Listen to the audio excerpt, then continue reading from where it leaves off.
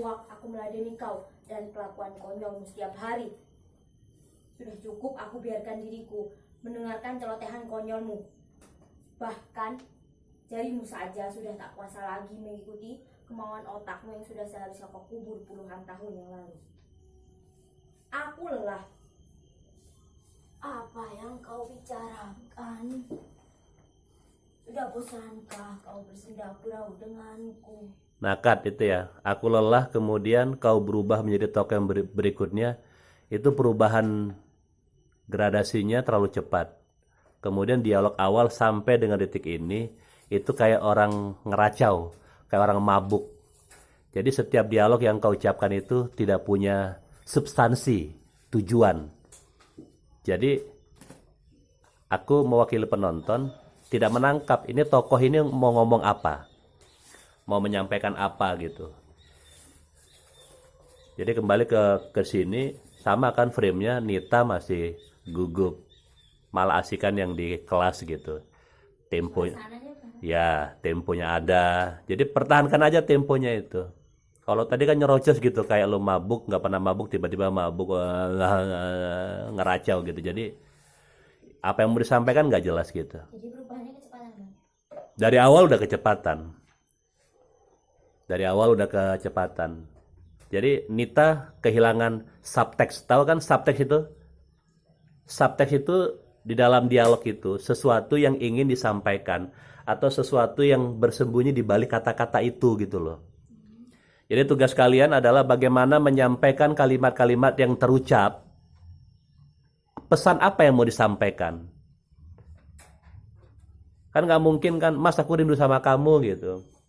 Mas kenapa sih malam kemarin kamu nggak apelin aku?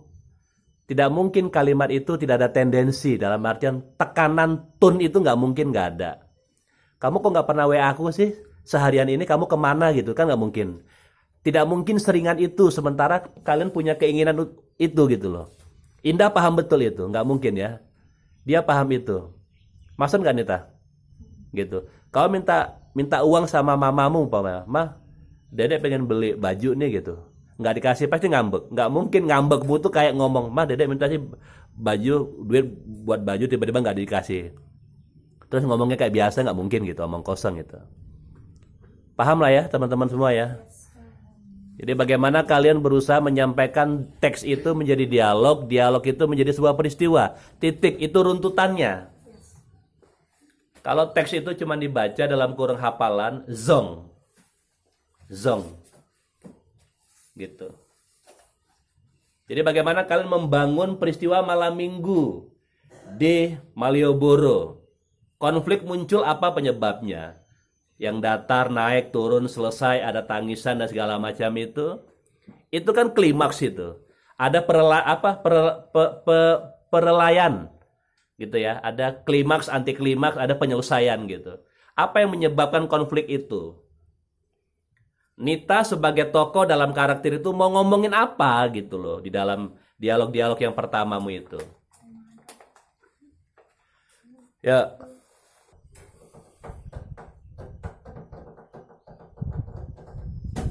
Hentikan! Sudah cukup. Sudah muak aku meladeni kau dan kelakuan konyolmu setiap hari. Sudah cukup aku biarkan diriku mendengarkan celotehan konyolmu. Bahkan jarimu saja sudah tak kuasa lagi mengikuti kemauan otakmu yang sudah seharusnya kau kubur puluhan tahun yang lalu. Kau lihat betapa anggunnya pita karbon yang selalu berputar, mengusap lembut helai setiap helai kertas yang menjadi buah cinta kita bersama. Mengapa kini kau berkata seperti itu kepadaku? Aku sudah muak denganmu. Tidakkah kau sadar dengan dirimu sekarang? Memangnya kenapa aku sekarang? Hah. Dulu kau memang seorang yang gagah dan berkuasa. Kak, tahan sampai di situ. Coba teman-teman lihat tadi ketika Nita dengan waktu yang begitu mepet dan dekat, dia berkali-kali melakukan perubahan ya di situ. Coba teman-teman lihat gitu, bagaimana dia melakukan perubahan itu, tercapai atau tidak? Bagaimana dia melakukannya gitu, coba dilihat. Kalau teman-teman melihat yang barusan ini, ya untuk pemula, aku ya udah nggak apa-apa gitu ya. Tetapi dalam konteks pembelajaran, ini sampai di sini aja ini harus kita ulang-ulang sampai dapat, supaya kita nggak usah ke naskah berikutnya. Sampai di sini aja dulu kita ulang-ulang gitu sampai ketemu polanya, caranya. Baru oke. Ini jelek banget. Tetapi karakternya udah dapat tadi. Kau udah mulai berani, suaramu udah mulai berani. Cuman setiap kali perubahan, perhatikan tangan Nita. Makanya aku pengen ketika kita latihan dimanapun, entah itu tahajud, entah itu salat subuh, ketika latihan itu dilihat gitu loh teman-teman. Dilihat tubuhnya, bagaimana dia jalan, bagaimana ekspresinya. Jadi teman-teman gak usah lihat naskahnya, lihat dia aja gitu. Jadi ketika aku ngomong, connect gitu loh. Jadi apa yang di benakku, apa yang kulihat, teman-teman melihat itu gitu. Tiba-tiba aku ngomong, teman-teman nggak lihat, Bang Duma ngomong apa gitu. Gua nggak ngerti gitu. Karena apa yang kusampaikan, teman-teman tidak melihat gitu. Jadi apa yang kusampaikan zong. Yuk kita ulang dari bagaimana cara membangunkan.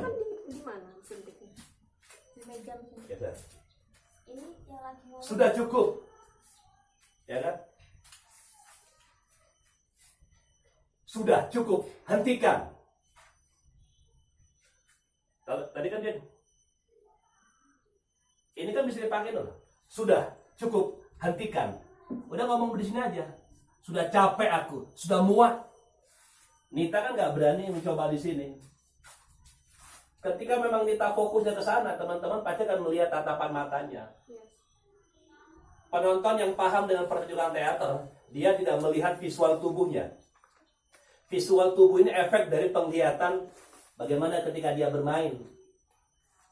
Ketika dia melihat ke sana, kan ke sana, nggak mungkin ke sana dia. Itu tinggal bagaimana Nitanya. Nita tadi mencoba mengurangi tangan ya, tapi kan dia masih main. Maksudnya ya sih, sudah hentikan, cukup. Aku sudah muak.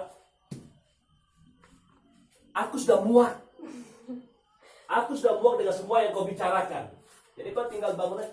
Dia duduk seberapa? Dibayangkan, bayangkan duduk ini dia seberapa. Itu tugas aktor. Demokrasi dan yang lainnya. Kalau dia ngomong di mana? Apa dia duduk? Apa dia di mana? Gitu. Apaan sih? Kan nggak mungkin apaan sih gitu, nggak mungkin. Apaan sih gitu? Kecuali kalau aku ngomong sama laut berarti kan bebas ya? Bebas. Cukup, pecahkan semuanya. Orang kan akan membayangkan ini aktor ngomongin sama siapa. Nanti ada dialog yang terkeluarkan. Oh ternyata ini suasana di pantai. Pasti ada kelihatan di situ. Sudah, cukup. Aku muak dengan semua kata-katamu. Lihat mataku. Ini kan meninggalkan kepergian. Sudah cukup. Aku muak dengan semua kata-katamu. Aku capek. Nah, di sini kan masih kelihatan di sana. Kalau begini udah blocking namanya. Makanya serong. Samperin di sini. Ngomong di sini kan bisa. Ini hanya pola atau garis yang kutawarkan sebagai pendamping teman-teman eksplorasi. Nah, itu kira-kira bagaimana gitu loh. Oh ya, mediaku cuma meja dan kursi. Dia duduk. Terus aku ngapain ya gitu. Bagaimana aku menghidupkan dia gitu. Ya, ini belum perubahan. Aku berharap teman-teman nggak capek ya. Kalau kalian capek, sebenarnya aku juga capek gitu. Aku berharap teman-teman ketika dievaluasi seneng. Jadi biar dapet. Kalau nggak seneng, wes toh, aku ngomong apa nggak kesimpan, sumpah. Enggak sedih aja, belum dapat gitu. Alhamdulillah kalau sedih, seneng aku. Next yuk. Ulang dari ngetik. Kalau dari ngetik sampai yang beberapa perubahan itu udah kelar, enak ke belakangnya, Nita. Tapi kalau dari ngetik sampai yang kita cut tadi itu belum kelar, mau kita terusin sampai ke belakang, sampai lebaran monyet, nggak berubah. Gitu, yuk. Tatapannya ke lantai itu nggak apa-apa. Ya, 2 tatapan, maksudnya tujuannya ke sini. Iya. Aku pengen lihat dia duduk di mana. Seberapa membungkuknya dia perempuan atau laki-laki tua itu. Kau yang memberikan tafsir itu ke penonton. Yuk.